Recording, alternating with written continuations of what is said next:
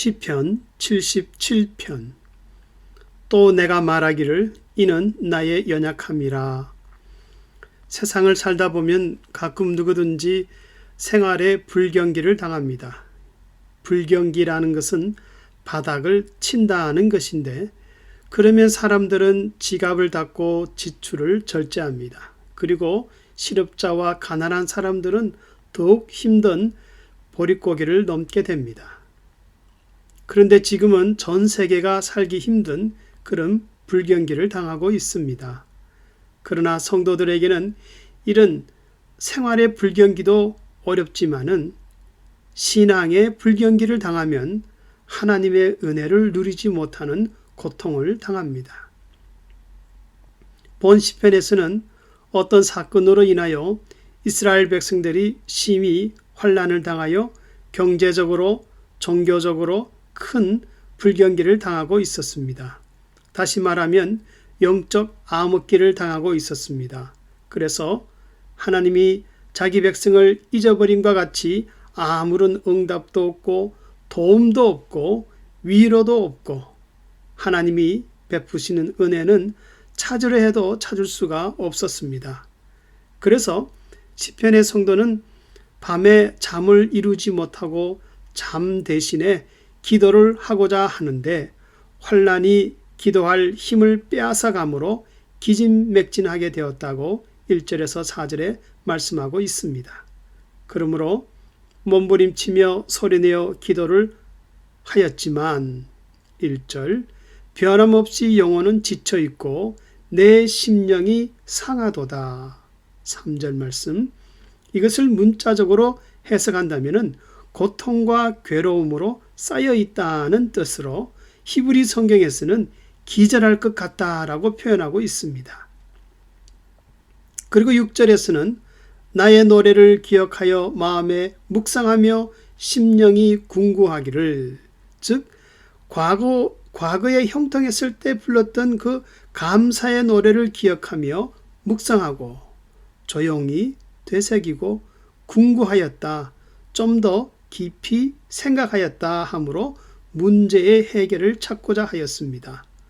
그러던 중에 시편의 성도는 계속 기쁨은 없고 불안과 공고함만이 일어나는 가운데 어떻게 살까 보다 어떻게 이해해야 할까 하는 생각을 하였습니다.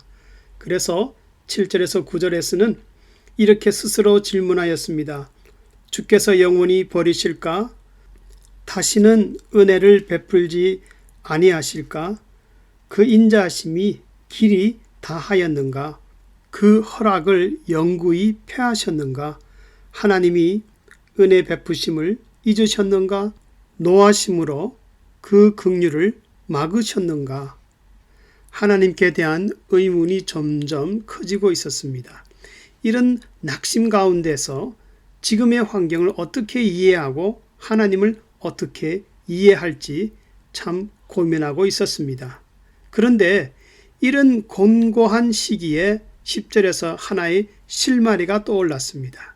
그것은 지존자의 오른손의 해, 이것을 5절에서는 오래전의 해, The years of long ago 라고 이렇게 말씀하고 있습니다.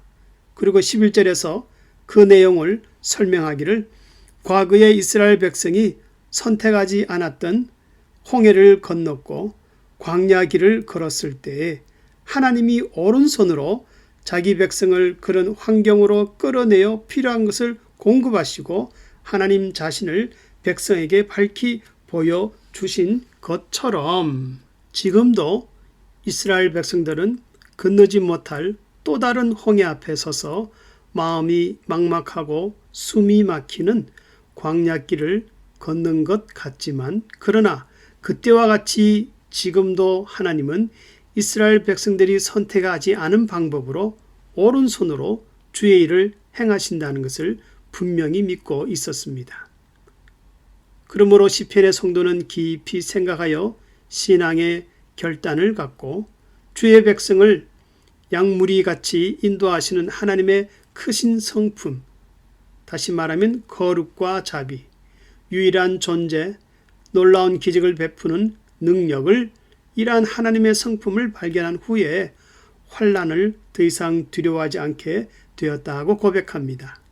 그리고 이스라엘 백성들이 홍해를 건널 때 하나님이 자기 백성을 인도하심이 얼마나 섬세한지 유대인 학자들은 이 홍해 건너는 사실을 해석하기를 20절에 나타난 주의 곧은 길, 이 길이 히브리 그 원문에서는 복수로 표현된 단어인데 이 길은 한 길이 아닌 12갈래로 길이 나뉘어졌고 각 지파별로 서로 물벽을 쳐다보면서 격려하는 가운데 홍해를 건너게 하셨다고 해석합니다. 그 이유가 시편 136편 13절에서 그 홍해를 가르다 할 때 거기에 보면 into parts라는 복수 형태를 썼기 때문입니다. 흥미로운 해석이나 분명한 것은 시편의 성도가 간절한 기도를 통하여 역사 속에 나타난 하나님의 그 섬세한 손길을 깨달으며 소망을 갖고 찬양하게 되었다는 것입니다.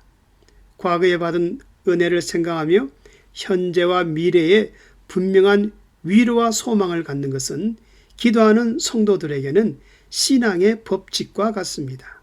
다시 말하면 과거에 나를 돌보신 신실하신 하나님은 그 방법은 내가 택하지 않았고 알 수 없지만 현재와 미래에도 나를 위한 구원의 섭리가 꼭 있다는 것입니다.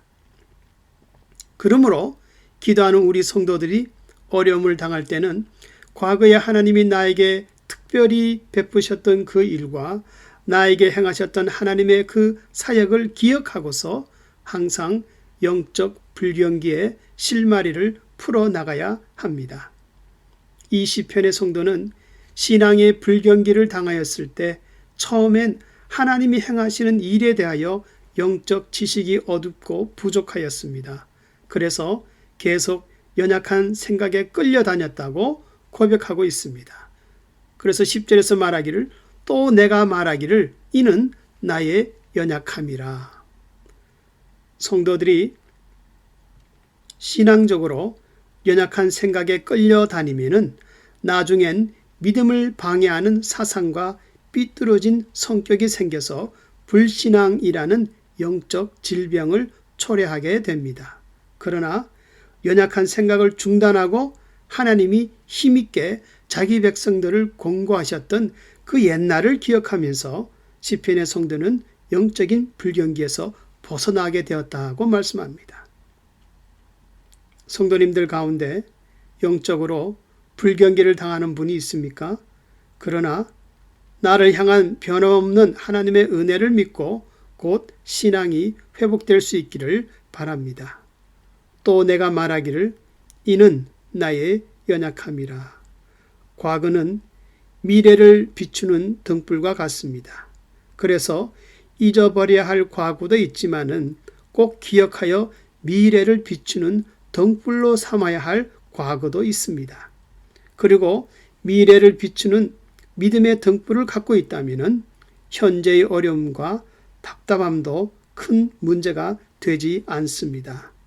하나님의 역사를 늘 겸손히 이해하는 이 은혜가 충만할 수 있기를 주의 이름으로 축원합니다.